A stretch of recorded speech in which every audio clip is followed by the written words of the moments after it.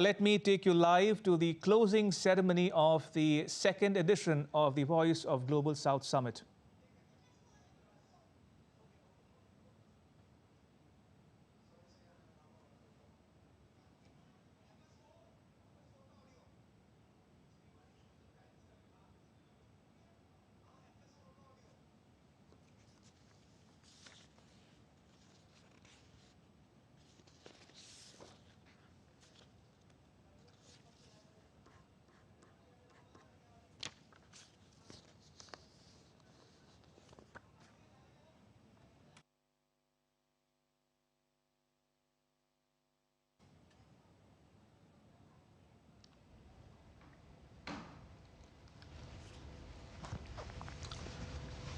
Excellencies, नमस्कार। दूसरी voice of global south summit के अंतिम सत्र में आप सबका हार्दिक स्वागत है। मुझे खुशी है कि आज पूरे दिन चली इस समिट में लैटिन अमेरिका और कैरेबियन देशों से लेकर अफ्रीका, एशिया और पैसिफिक आइलैंड से करीब करीब 130 देशों ने भाग लिया है।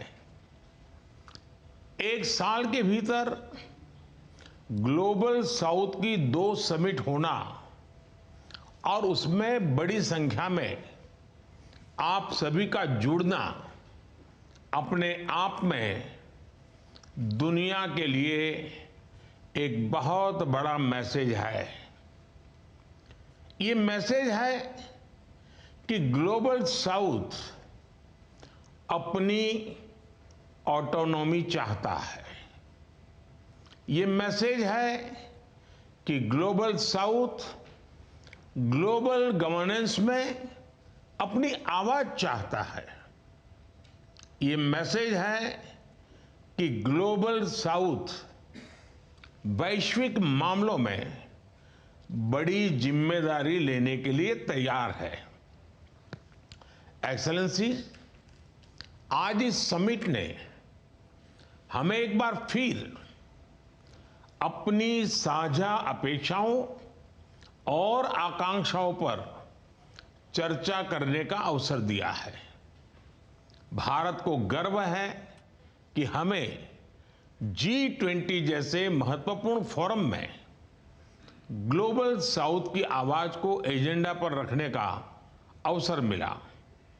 इसका श्रेय आप सभी के मजबूत समर्थन और भारत के प्रति आपके दृढ़ विश्वास को जाता है और इसके लिए मैं हृदय से आप सबका बहुत बहुत आभारी हूं। और मुझे विश्वास है कि जो आवाज G20 समिट में बुलंद हुई, उसकी गूंज आने वाले समय में अन्य वैश्विक मंचों पर भी ऐसे ही सुनाई देती रहेगी। एक्सेलेंसी, पहली voice of global south summit में मैंने कुछ कमिटमेंट्स के बारे में बात की थी। मुझे यह बताते हुए खुशी है कि उन सभी पर प्रगति हुई है।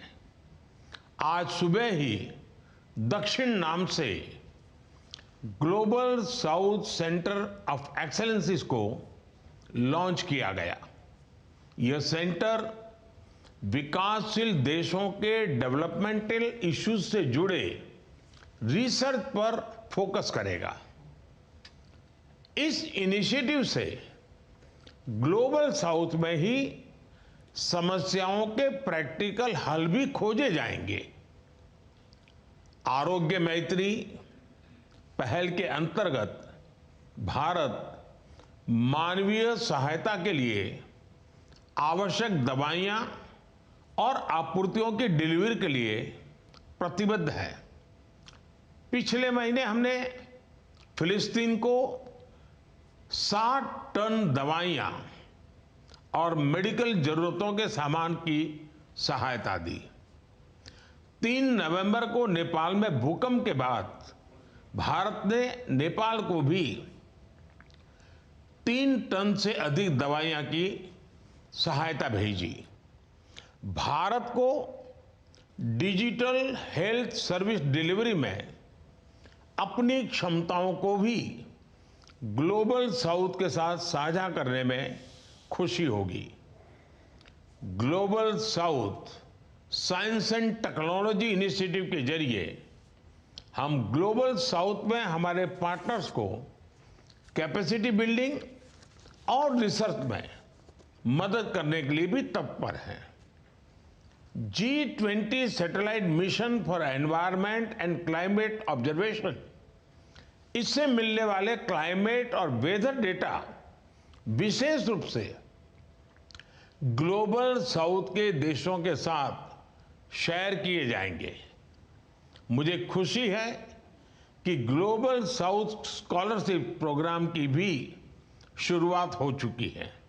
अब ग्लोबल साउथ के देशों के छात्रों को भारत में हायर एजुकेशन के अधिक अवसर मिलेंगे। इस साल तंजानिया में भारत का पहला Indian institute of technology campus भी खोला गया है। यह ग्लोबल साउथ में कैपेसिटी बिल्डिंग के लिए हमारी एक नई पहल है, जिसे अन्य क्षेत्रों में भी आगे बढ़ाया जाएगा। हमारे युवा जो डिप्लोमेट्स के लिए मैंने जनवरी में global south young diplomats forum का प्रस्ताव रखा था। इसकी शुरुआती संस्करण जल्द ही आयोजित किया जाएगा, जिसमें हमारे देशों में के युवा डिप्लोमेट शामिल होंगे। एक्सेलेंसी, अगले साल से हम भारत में एक एनुअल इंटरनेशनल कॉन्फ्रेंस की शुरुआत करने का प्रस्ताव रखते हैं, जो ग्लोबल साउथ की विकास प्राथमिकताओं पर केंद्रित होगी। इस कॉन्फ्रेंस का आयोजन दक्षिण सेंटर द्वारा ग्लोबल साउथ के पार्टनर रिसर्च सेंटर्स और थिंक टैंक के साथ किया जाएगा। इसका मुख्य उद्देश्य होगा कि ग्लोबल साउथ की विकास संबंधी समस्याओं के लिए प्रैक्टिकल सॉल्यूशंस की पहचान की जाए, जिससे हमारा फ्यूचर मजबूत बने। एक्सेलेंसी, वैश्विक शांति और स्थिरता में हमारे साझे हित है। पश्चिम एशिया में गंभीर स्थिति पर मैंने आज सुबह अपने विचार साझा किए थे। इन सब संकटों का बड़ा प्रभाव ग्लोबल साउथ पर भी पड़ता है। इसलिए जरूरी है कि हम एकजुटता से, एक स्वर में, साझा प्रयासों से इन सभी परिस्थितियों का समाधान खोजें। एक्सेलेंसीज, हमारे बीच G20 के अगले अध्यक्ष ब्राजील के राष्ट्रपति हिज एक्सेलेंसी और मेरे मित्र राष्ट्रपति लूला मौजूद है। मुझे विश्वास है कि ब्राजील की G20 अध्यक्षता में भी ग्लोबल साउथ की प्राथमिकताओं और हितों को लगातार मजबूत बनाया जाएगा और आगे बढ़ाया जाएगा। ट्रोइका के सदस्य के रूप में भारत ब्राजील को पूर्ण समर्थन देगा। मैं मेरे मित्र राष्ट्रपति लूला को उनके विचारों के लिए आमंत्रित करता हूं और उसके बाद आप सभी के विचार सुनने के लिए उत्सुक हूं। बहुत बहुत धन्यवाद।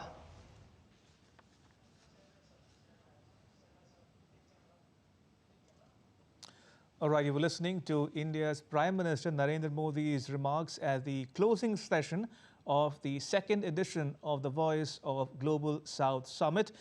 And for more on this, I'll be joined momentarily by my colleague Jessica Taneja on the phone line. But very quickly, if I were to recap what the Prime Minister said in his speech there, he spoke about how more than 130 countries have taken part in the second edition that began this morning, New Delhi time, and the closing session is on even as we speak.